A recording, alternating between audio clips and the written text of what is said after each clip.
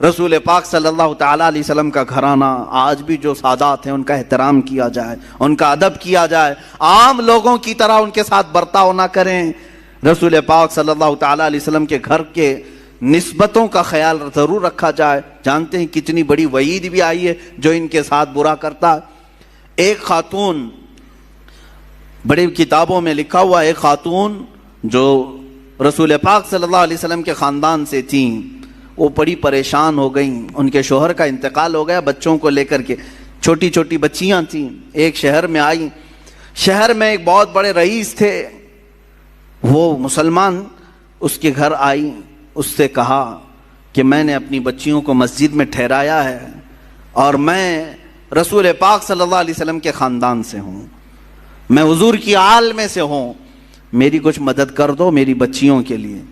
اس رئیس زادے نے، اس امیر زادے نے کہا اچھا، آپ مانگنے کا طریقہ ایسا بھی آ گیا، تم اگر آل رسول ہو تو کوئی ثبوت دے دو، کوئی پروف دے دو، تم حضور کی آل میں سے کہتی ہو، اپنے آپ کو کیا ثبوت ہے تمہارے پاس؟ وہ خاتون وہاں سے چلی گئی، اس کے پاس سے مدد کی کوئی امید نہیں تھی تو چلی گئی۔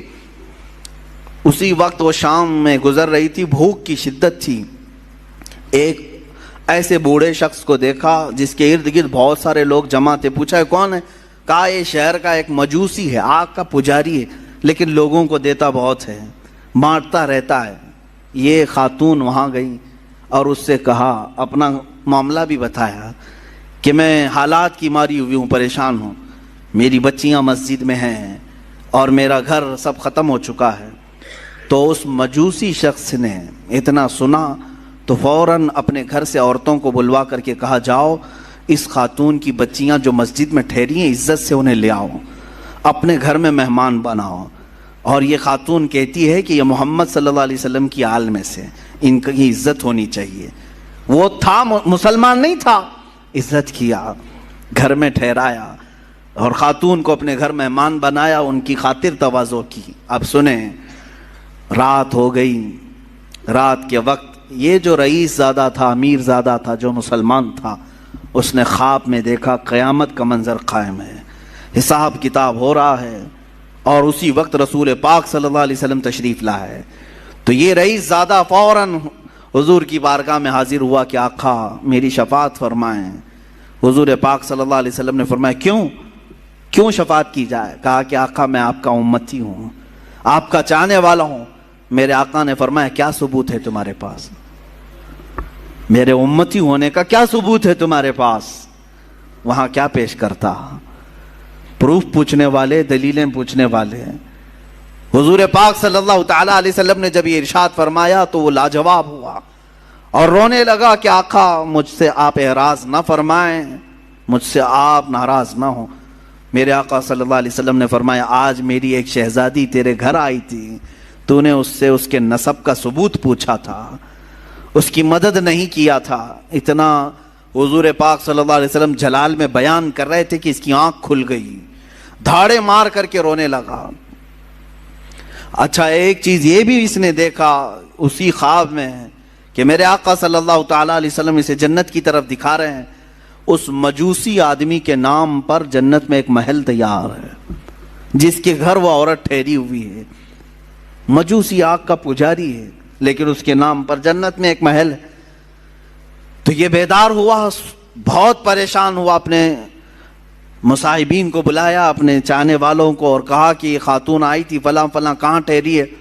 کیا یہ مجوسی اپنے گھر لے گیا ہے؟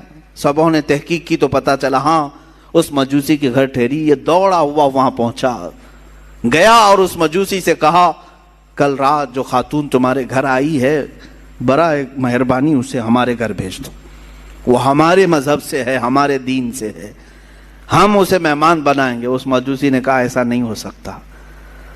اس رئیس زادے نے کہا 1000 درہم میں تجھے تحفے میں دیتا ہوں، قبول کر لے۔ اس مجوسی نے کہا اس کا 10 گنا بھی دو تو میں اس مہمان کو تمہارے حوالے نہیں کروں گا۔ اس مجوسی نے اتنا اصرار کیا تو یہ پوچھنے لگا آخر اس عورت میں کیا ہے؟ کہا جو تو خواب دیکھ کر آیا ہے وہ سچ خواب دیکھ کے آیا ہے۔ کل جب وہ خاتون ہمارے گھر آئی، ہم رات کے وقت سوئے تھے، خواب میں رسول پاک صلی اللہ علیہ وسلم تشریف لائے مجھے اور میرے پورے گھر والوں کو میرے آقا نے خود کلمہ پڑھایا.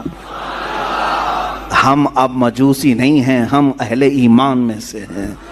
رسول پاک صلی اللہ علیہ وسلم نے ان کی آل میں سے ان کی ایک شہزادی کی عزت پر اتنا بڑا انعام دیا کہ ہمیں دائرہ ایمان میں لایا. اور پھر میرے آقا نے اشارہ کر کے بتایا کہ اے فلاں، کل تو اٹھے گا تو جنت میں مولا تیرے لیے فلاں محل تیار رکھے گا.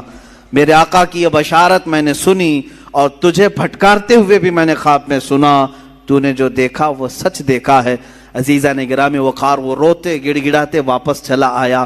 زندگی کی کوئی اگر کمائی تھی تو اس نے سوچا کہ سب لگا کر کے حاصل کر لوں، مگر اہل بیت کا احترام نہ کرنے کی وجہ سے ساری اس کی کمائی، ساری عبادتیں ایک طرف رہ گئی اور آگ کا پجاری بازی لے گیا صرف اہل بیت کی عزت اور احترام کرنے کی وجہ سے.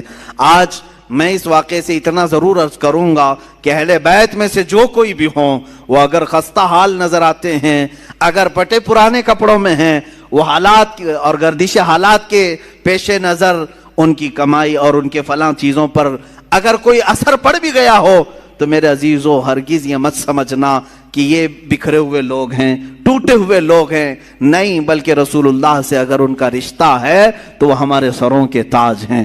وہ چاہے جس کونے میں بیٹھے ہوں، یہ ضروری نہیں کہ سید ہو تو بہت اعلیٰ قسم کے محل میں رہتا ہو، بہت اعلیٰ قسم کے لباس پہنتا ہو، بہت اعلیٰ قسم کی گاڑیوں میں چلتا ہو. ضروری نہیں.